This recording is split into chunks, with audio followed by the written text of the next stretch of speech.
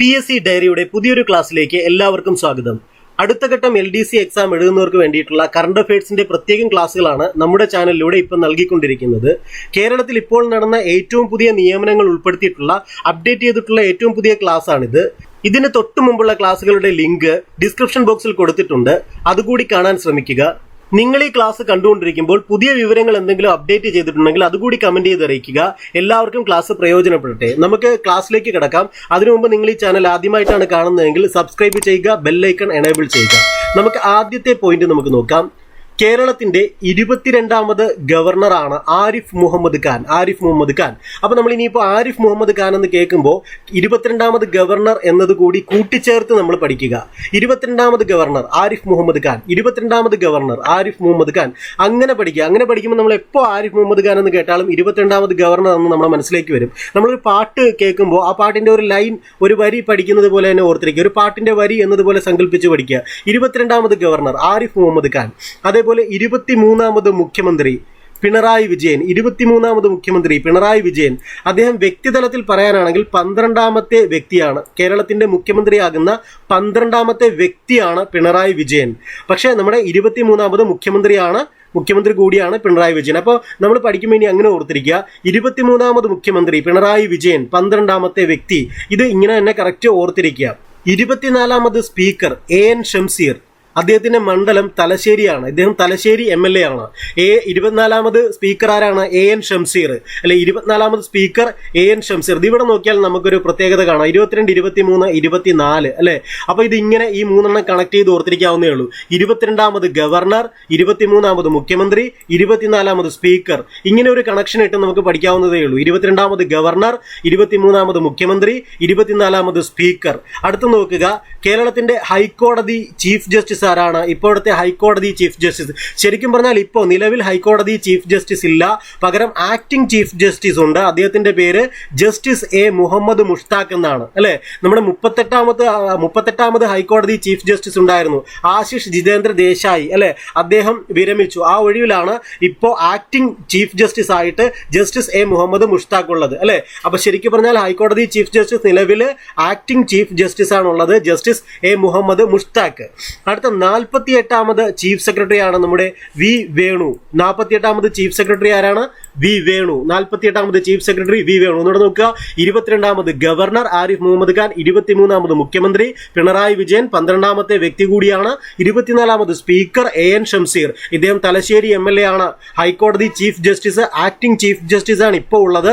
അദ്ദേഹം justice A Muhammad Mushtaq. നിങ്ങൾ ഈ ക്ലാസ് കേൾക്കുന്ന സമയത്ത് ഇത് അപ്ഡേറ്റ് ചെയ്തിട്ടുണ്ടെങ്കിൽ കമന്റ് ചെയ്ത് അറിയിക്കുക, അപ്ഡേറ്റ് ചെയ്യുക. 48ാമത് ചീഫ് സെക്രട്ടറി എന്ന് പറയുന്നത് വി വേണു ആണ്. അടുത്ത നമുക്ക് നോക്കാം. 35ാമത് പോലീസ് മേധാവിയാണ് ഷെയ്ഖ് ദർവേഷ് സാഹിബ് എന്ന് പറയുന്നത്. എന്താണ് 35ാമത് പോലീസ് മേധാവി? ഷെയ്ഖ് ദർവേഷ് സാഹിബ്.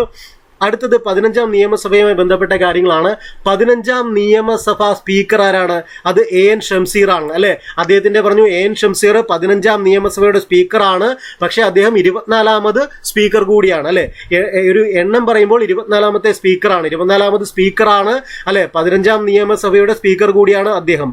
15ാം നിയമസഭയുടെ ഡെപ്യൂട്ടി സ്പീക്കർ ആരാണ്?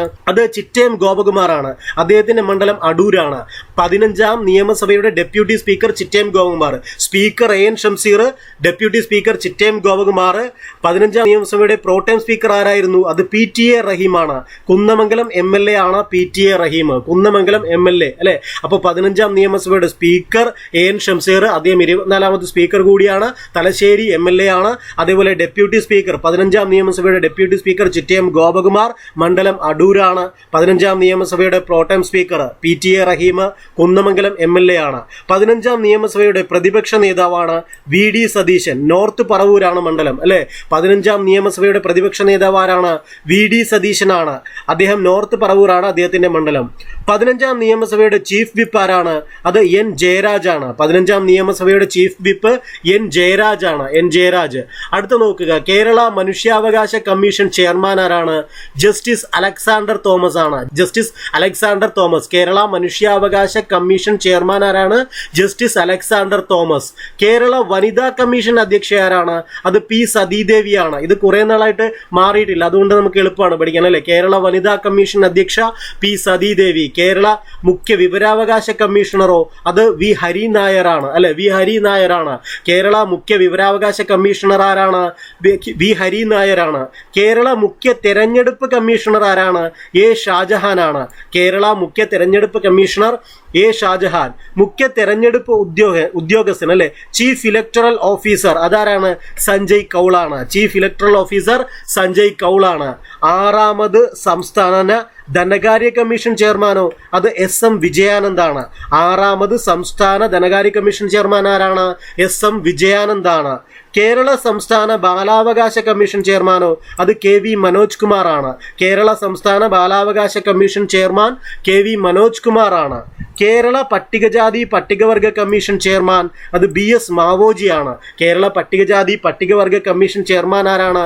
ബി എസ് മാവോജിയാണ്. ഇത്രയും വിവരങ്ങൾ നമുക്ക് ഒന്നുകൂടി നോക്കാം. കേരള മനുഷ്യാവകാശ commission chairman justice Alexander Thomas. വനിതാ കമ്മീഷൻ അധ്യക്ഷ പി സതീദേവി. കേരള മുഖ്യ വിവരാവകാശ കമ്മീഷണർ വി ഹരി നായർ. കേരള മുഖ്യ തെരഞ്ഞെടുപ്പ് കമ്മീഷണറോ? എ ഷാജഹാൻ. മുഖ്യ തെരഞ്ഞെടുപ്പ് ഉദ്യോഗസ്ഥൻ ചീഫ് ഇലക്ടറൽ ഓഫീസർ ആരാണ്? സഞ്ജയ് കൗളാണ്. 6ാമത് സംസ്ഥാന ധനകാര്യ commission chairman S M Vijayanand. Kerala സംസ്ഥാന ബാലാവകാശ commission chairman K V Manoj Kumar. Kerala പട്ടികജാതി പട്ടികവർഗ commission chairman B S Mavoji. ഇനി ജസ്റ്റ് ഒന്ന് ഞാൻ പറയാം, വി ഹരിനായർ ആരാണ്? ജസ്റ്റ് നിങ്ങൾ മനസ്സിലേക്ക് ആലോചിക്കുക. വി ഹരിനായർ ആരാണ്?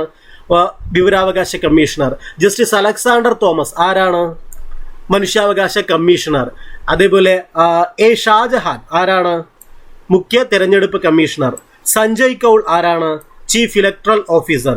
എസ് എം വിജയാനന്ദ് അദ്ദേഹം ആരാണ്? കേരളത്തിന്റെ 6ാമത് സംസ്ഥാന ധനകാര്യ കമ്മീഷൻ ചെയർമാൻ. അപ്പൊ K V Manoj കുമാറോ?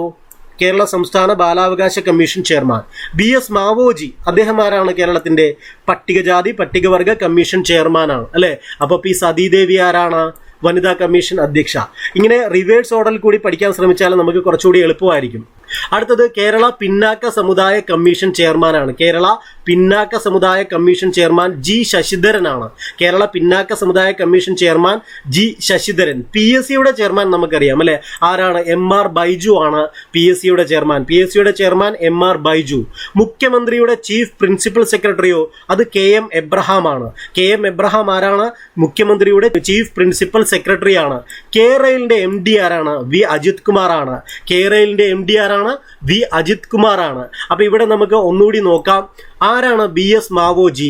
B S Maoji Kerala പട്ടികജാതി പട്ടികവർഗ കമ്മീഷൻ ചെയർമാനാണ്. നിങ്ങൾ കണ്ണടച്ചിരുന്ന് ആലോചിക്കുക. ജി ശശിധരൻ ആരാണ്? ജി ശശിധരൻ അദ്ദേഹം പിന്നാക്ക സമുദായ കമ്മീഷൻ ചെയർമാനാണ്. കേരള പിന്നാക്ക സമുദായ കമ്മീഷൻ ചെയർമാൻ. അങ്ങനെയാണെങ്കിൽ എം ആർ ബൈജു ആരാണ്?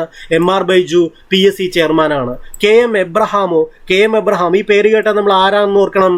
മുഖ്യമന്ത്രിയുടെ ചീഫ് പ്രിൻസിപ്പൽ സെക്രട്ടറി ആണ് K M Abraham. V Ajith Kumar ആരാണ്? വി അജിത് കുമാർ അദ്ദേഹം കെ റെയിൽ എം ഡി ആണ് വി അജിത് കുമാർ എന്ന് പറയുന്നത്. ശുചിത്വ മിഷൻ ഡയറക്ടർ ആരാണ്? U V Jose. U V Jose ആണ് ശുചിത്വ മിഷൻ ഡയറക്ടർ. ആസൂത്രണ ബോർഡ് ഉപാധ്യക്ഷൻ ആരാണ്? വി കെ രാമചന്ദ്രനാണ്. ഇദ്ദേഹം കുറച്ച് നാളായിട്ട് ഈ പോസ്റ്റിൽ ഇരിക്കുന്നതാണല്ലോ, അതുകൊണ്ട് നമുക്ക് പെട്ടെന്ന് എളുപ്പമാണ് പഠിക്കാൻ. ആസൂത്രണ ബോർഡ് ഉപാധ്യക്ഷൻ വി കെ രാമചന്ദ്രനാണ്. V K Ramachandran. നമ്മുടെ ലോകായുക്ത ചെയർമാൻ ആരാണ്? എൻ അനിൽകുമാർ ആണ്. ലോകായുക്ത ചെയർമാൻ എൻ അനിൽകുമാർ ആണ്. K R Narayanan institute of science and arts chairman ആരാണ്? അത് സയ്യിദ് അക്തർ മിർസയാണ്. K R Narayanan institute of science and arts chairman Sayyid Akhtar Mirza. K R Narayanan institute of science and arts director ആരാണ്? Director അത് ജിജോയ് രാജഗോപാൽ ആണ്. K R Narayanan institute of science and arts director Jijoy Rajagopal ആണ്. Malayalam mission ഡയറക്ടറോ? Malayalam mission director Murugan കാട്ടാക്കടയാണ്. Malayalam mission director ആരാണ്? മുരുകൻ കാട്ടാക്കടയാണ് അല്ലെ. മുരുകൻ കാട്ടാക്കടയാണ് മലയാളം മിഷൻ ഡയറക്ടർ. നമുക്ക് ഇത്രയും ഒന്നുകൂടി ഒന്ന് റിവൈസ് ചെയ്യാം. ആരാണ് യു വി ജോസ്? നിങ്ങൾ കണ്ണടച്ചിരുന്ന് ആലോചിക്കുക. ആരാണ് U V Jose? U V Jose ശുചിത്വ മിഷൻ ഡയറക്ടറാണ്. യു വി ജോസ് ആരാണ്? ശുചിത്വ മിഷൻ ഡയറക്ടറാണ്. ആരാണ്? V K Ramachandran. V K Ramachandran ആരാണ്? ആസൂത്രണ ബോർഡ് ഉപാധ്യക്ഷനാണ് വി കെ രാമചന്ദ്രൻ. ആസൂത്രണ ബോർഡ് ഉപാധ്യക്ഷനാണ് വി കെ രാമചന്ദ്രൻ. അപ്പോൾ എൻ അനിൽകുമാർ ആരാണ്?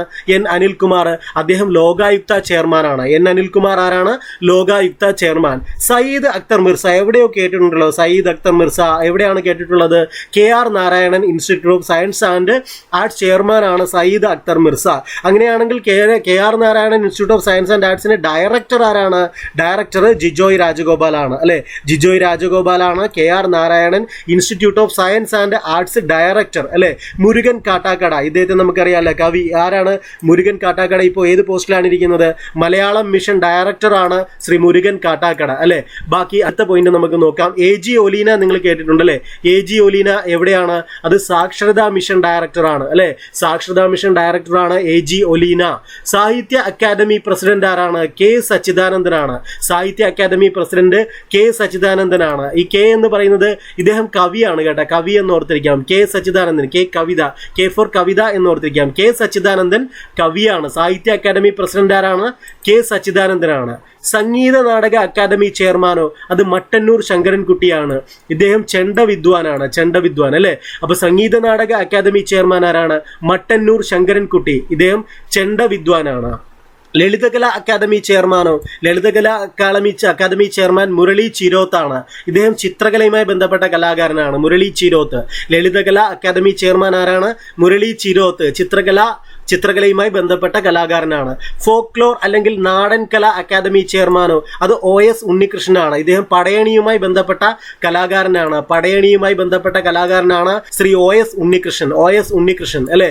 അപ്പൊ ചലച്ചിത്ര അക്കാദമിയുടെ ചെയർമാൻ ആരാണ്? അത് രഞ്ജിത്ത് ബാലകൃഷ്ണനാണ്. ചലച്ചിത്ര അക്കാദമി ചെയർമാൻ രഞ്ജിത്ത് ബാലകൃഷ്ണൻ. ചലച്ചിത്ര അക്കാദമി വൈസ് ചെയർമാനോ?